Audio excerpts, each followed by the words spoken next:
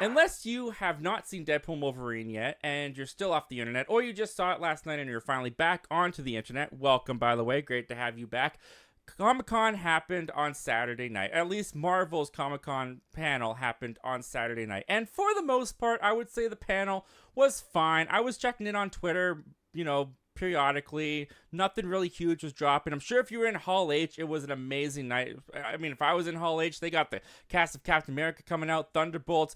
They had the cast of Fantastic Four comes out. I bet it was one of the best nights of your life. It would have been the best night of my life. Don't tell my wife that. But it would have been great if you were at Hall H.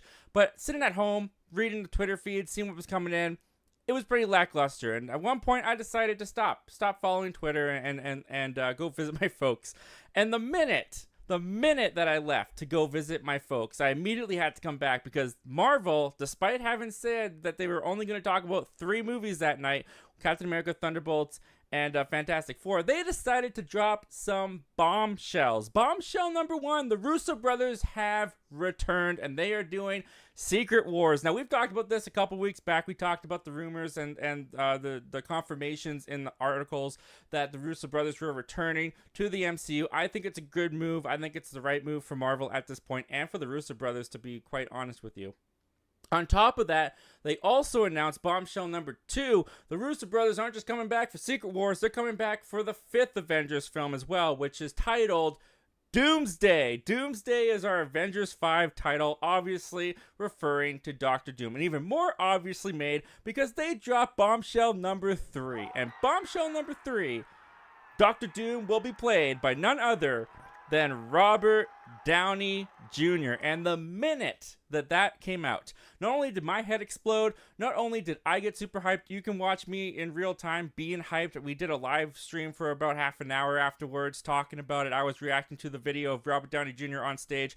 It was a marvelous, magical time, but I was also very frazzled. I was also very in the moment, and now that I've had time to kind of collect my thoughts, listen to the internet chatter, listen to everything going on, I thought that we would just break this down. We'd have a little fun discussion talking about the pros and the cons of Robert Downey Jr. as Doctor Doom. At least these are my thoughts and opinions and pros and cons of Robert Downey Jr. as Doctor Doom. And as I like to be positive, I want to end on the positive note. So let's start with some of these cons first. These are 5. They aren't all of them, but these are 5 of some of the cons that I can think of Robert Downey Jr. coming to play Doctor Doom.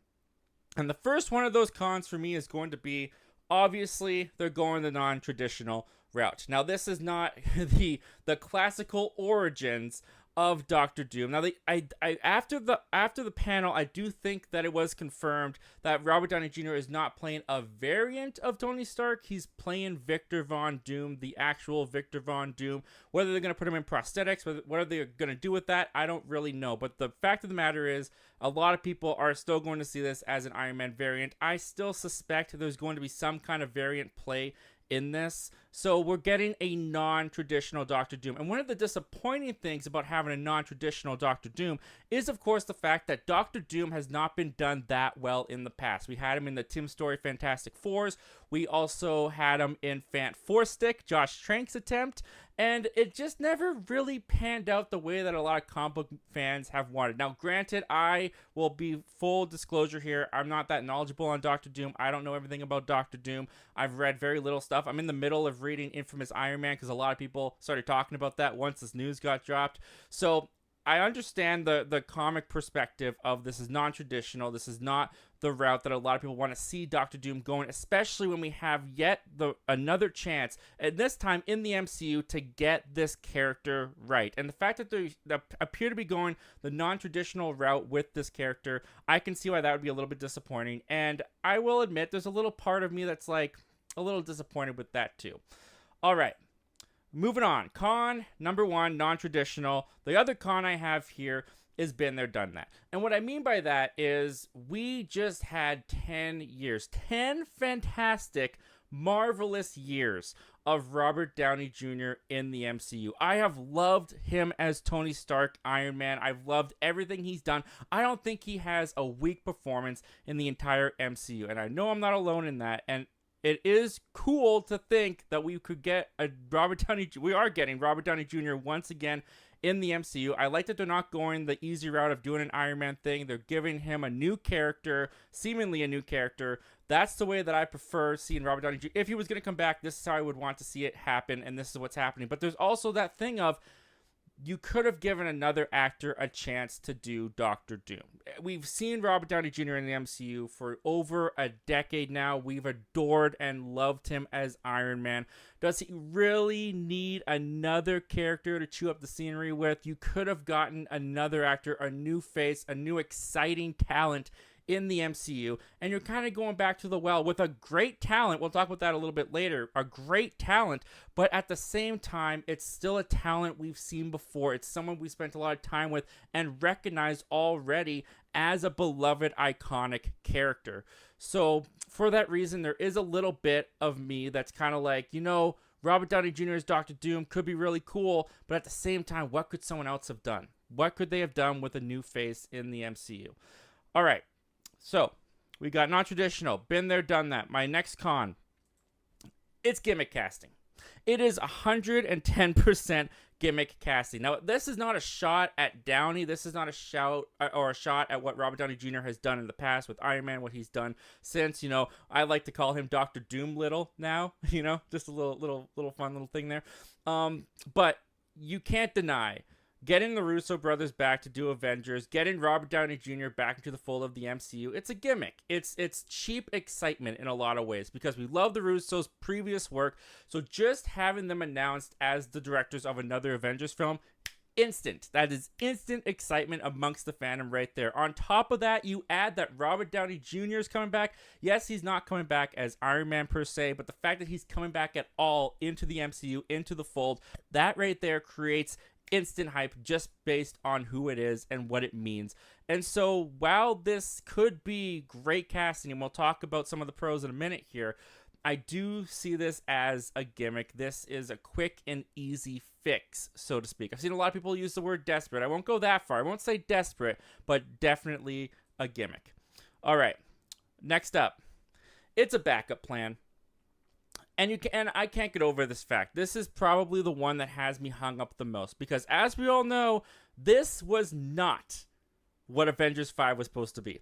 Doomsday, Avengers 5 was not supposed to exist. Kang Dynasty was supposed to exist. The Kang story was supposed to go on and perhaps crescendo with the Avengers films. And due to personal stuff that happened in life and fan reception, they had to cut those plans. They backed out. They didn't do it. Not only did they not do Kang, but the Russo brothers were also not the original plan for these movies. Destin Daniel Cretton originally had the director's chair for Avengers Kang Dynasty. We also had other writers. I mean, I think it's fantastic that McFeely's coming back to write for this. I love the writing that him and Marcus McFeely and them did in the other movies, Captain America Civil War, Winter Soldier, Infinity War, Avengers Endgame. They killed it. I'm really excited to see that at least one of those pairings coming back to do this. But this was not plan A. This is not what they originally had in store. They did not have in store Doctor Doom. They did not have in store Robert Downey Jr.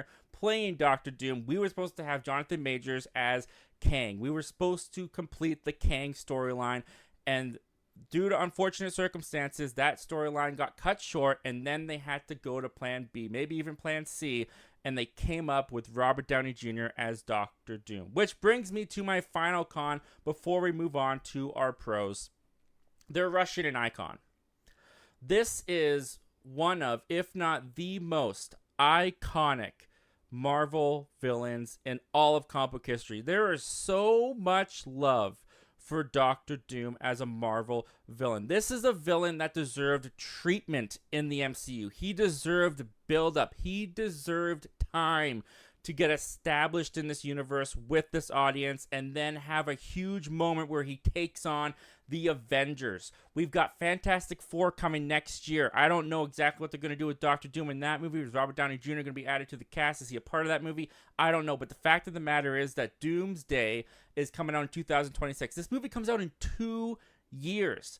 These movies have to shoot for like a year and a half, post-production, all that kind of stuff. They need to get rolling on this ball quick in order for them to hit that date of 2026. So there is no time in between these movies to build up Doctor Doom. So what do? You get a face that's recognizable, someone who's already beloved. You can play off the fact that he was Iron Man, now he's a villain, and now you've got Doctor Doom. And there is a little bit of disappointment that he's coming in 2 years with no buildup. He's just going to come in an Avengers film. Now, that doesn't mean that he can't be great. I mean, technically, Thanos had little appearances here and there throughout the MCU, but his big debut was Infinity War. He really only had one singular movie, and he became an instant beloved villain. So could this happen with Robert Downey Jr. and Doctor Doom? Absolutely it could, but I can't get over the fact that this is indeed rushing. This is rushing Doctor Doom to the screen, and there's a little bit of disappointment in that as a fan. So these are the 5 cons that I can think of. There's tons more, and I'm sure you guys have a lot more as well. But con, non-traditional, been there, done that, gimmick casting, a backup plan, rushing, and icon. Now, with all the negativity out of the way, let's get to the positives, shall we?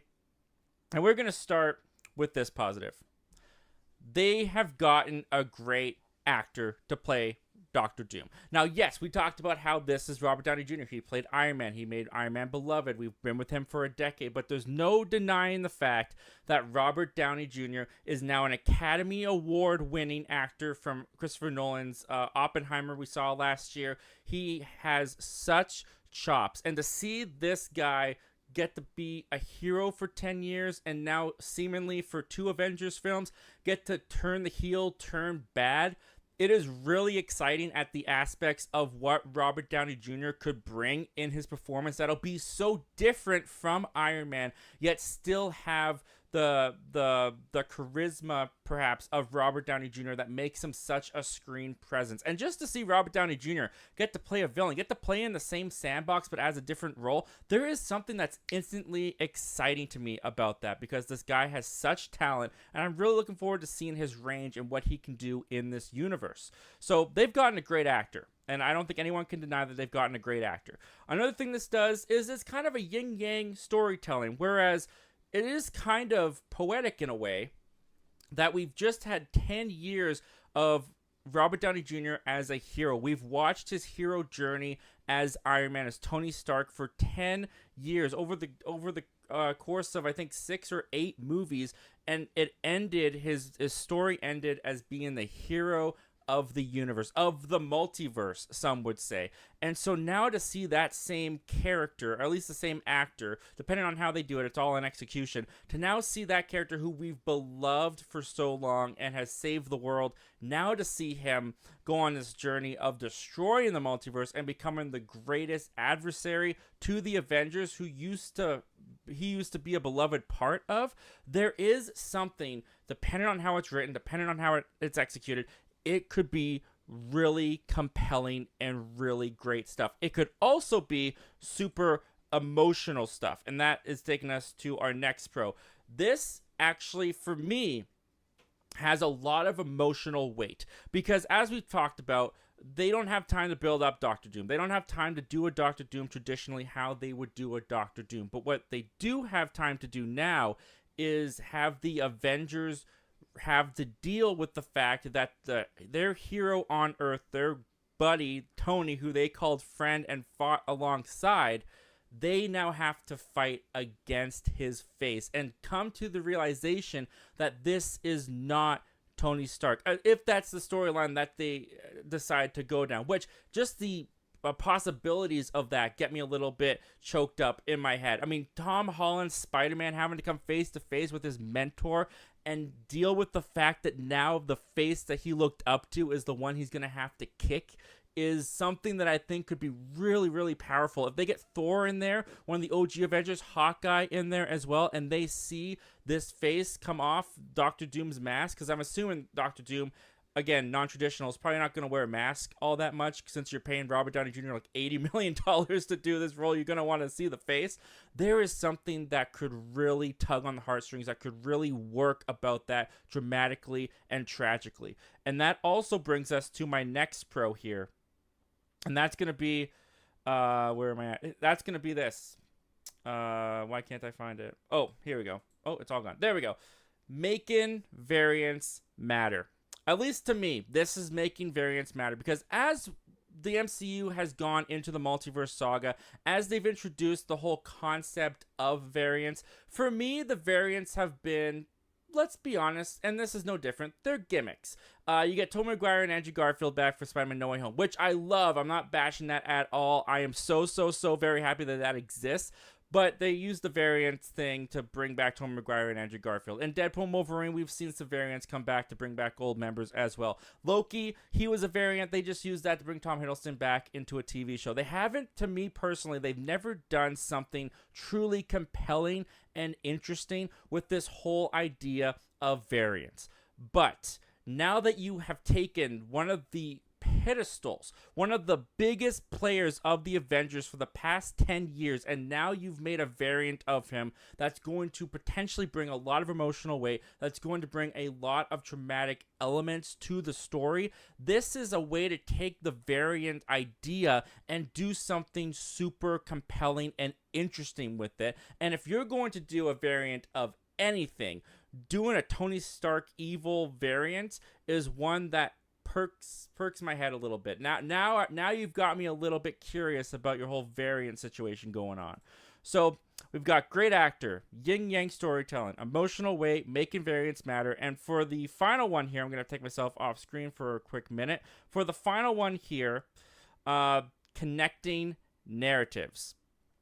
It's no mystery that the past few phases of Marvel have not had that cohesive storytelling that the previous 3 phases appear to have had. And a lot of that has to do with the fact that these stories don't really tie in. They don't really bleed into each other as much as they used to. And going into these next Avengers films, up until this point, there was really nothing about these upcoming Avengers films that I feel were getting fans that excited, because unlike Avengers films in the past where there were storylines that connected and led up to each one of them, we haven't had that in these previous phases. But what you do instantly by bringing Robert Downey Jr. back in a villain role is you connect this now to the rest of the Avengers films. Now that we've got a character who is, or at least someone who played the character, seemingly playing a different version of this character, again, all about execution, how they do it, you've now got connections to Endgame, you've got connections to Infinity War, and you've got connections all the way back to the first Avengers films, and that kind of, in some ways, fixes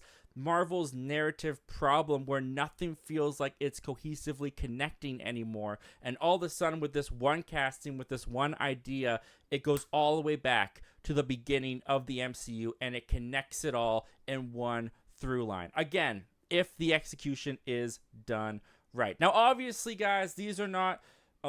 Obviously, guys, these are not all the pros and cons that could be there for Robert Downey Jr. coming back as Dr. Doom. These are just the 5 that I've chosen. But what do you guys think? What do you guys think of Dr. Doom being played by Robert Downey Jr.? Do you share some of these pros and cons? Do you have pros and cons differently? Comment down below. Let me know all your thoughts and opinions on that, guys. Well, thank you very much for checking out this clip from our live show that we do every Wednesday at 7:30 p.m. Pacific Standard Time called Zach Milne Talks Live. If you like talking movies, if you like talking movie news, why don't you consider hitting that subscribe button before you leave? We do that on this channel all the time. But if you still need some time before you fully commit, you can check out the full video this clip is from right here, and you can check out another video over here.